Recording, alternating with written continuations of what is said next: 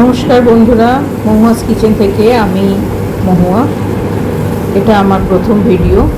আশা করব আপনারা সবাই আমার সাথে থাকবেন, পাশে থাকবেন এবং আমার চ্যানেলটাকে সাবস্ক্রাইব করবেন, লাইক করবেন, শেয়ার করবেন।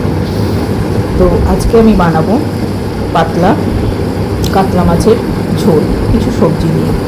তো এই গ্রীষ্মের দাবদাহে যখন পারদ বাড়তেই চলেছে, তখন শরীর এবং মনকে দুটোকেই ঠান্ডা রাখা খুবই প্রয়োজন। তার জন্যই আপনাদের জন্য উপস্থাপনা করছি এই মাছের ঝোলটি। এর জন্য পটল, ডাঁটা এবং আলু, এই তিনটি উপকরণ রাখছি। আগে মাছগুলো ভেজে তুলে রেখেছি আমি। এরপরে জিরে দিয়ে তেলের মধ্যে আস্তে আস্তে এই উপকরণগুলো আমি ছেড়ে দিলাম। এবার খুন্তির সাহায্যে আমি এটাকে একটু নাড়াচাড়া করে নিচ্ছি।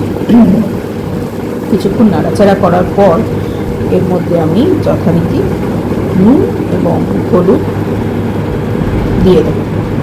পরিমাণ মতো অবশ্যই দেবেন, আপনাদের যতটুকু লাগবে ততটাই দেবেন। তো আমি এখানে এক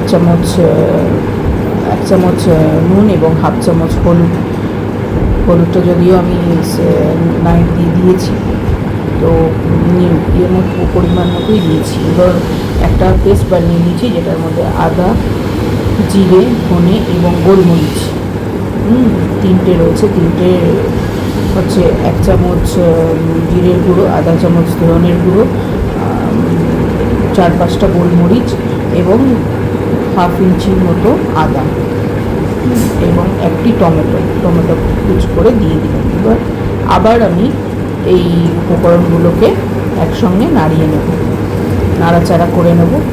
নাড়াচাড়া করে যখন আমি সবজিগুলো নাড়াচাড়া করছি, তখন আমার গ্যাসের ফ্লেমটা কিন্তু বাড়ানো রয়েছে। এবার কিছুক্ষণ নাড়াচাড়া করার পর আমি এটাকে ঢাকা দিয়ে দেব এবং ঢাকা দেওয়ার সঙ্গে সঙ্গে ফ্লেমটাকে আমি লো করে দেব। তারপরে দেখছেন আমি মাছগুলো আগে থেকেই ভেজে তুলে রেখেছি। এবার দেখুন ঢাকনা খুলেছি আমি, কতটা জল বেরিয়েছে, টমেটোর জল বেরিয়েছে এটা।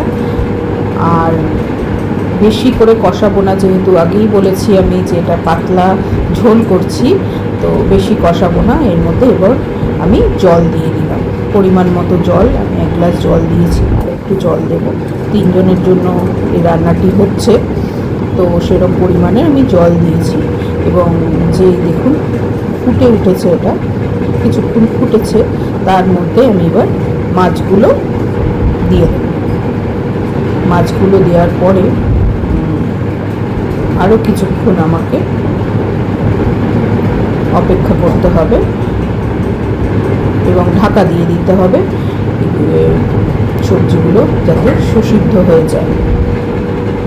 দেখতেই পাচ্ছেন মাছগুলো আমি দিয়ে দিলাম কিছুক্ষণ ফোটার পর। এখন কিন্তু আমার গ্যাসটা হাইতেই রয়েছে, হাই টু মিডিয়ামেই রয়েছে। হ্যাঁ, এবার আমি দিয়ে দেওয়ার পর মাছগুলো এবার আমি একটা ঢাকা আবারও দিয়ে দেব এবং গ্যাসের ফ্লেমটা আমি আবারও লো করে দিলাম। কিছুক্ষণ পর, প্রায় 10 মিনিট পর দেখলাম আমি আলু সিদ্ধ হয়ে গেছে। হ্যাঁ, যখন দেখবেন আপনি সবজিগুলো সব সিদ্ধ হয়ে গেছে, তখন বুঝবেন যে ঝোল রেডি হয়ে গেছে। তার মধ্যে আমি একটা কাঁচা লঙ্কা দিয়ে দিয়েছি। আপনাদের স্বাদ অনুযায়ী আপনারা সেটা ব্যবহার করতে পারেন, নাও করতে পারেন। হ্যাঁ, যদি কেউ ঝাল খান তো কাঁচা লঙ্কাটা তখন তার সাহায্য করবে। তো এই হচ্ছে আজকের আমার পাতলা মাছের ঝোল, কাতলা মাছের। দেখবেন খেয়ে কেমন লাগলো। আপনারা নিজেরা করবেন এবং আমাকে কমেন্টসে জানাবেন যে আপনাদের কেমন লেগেছে।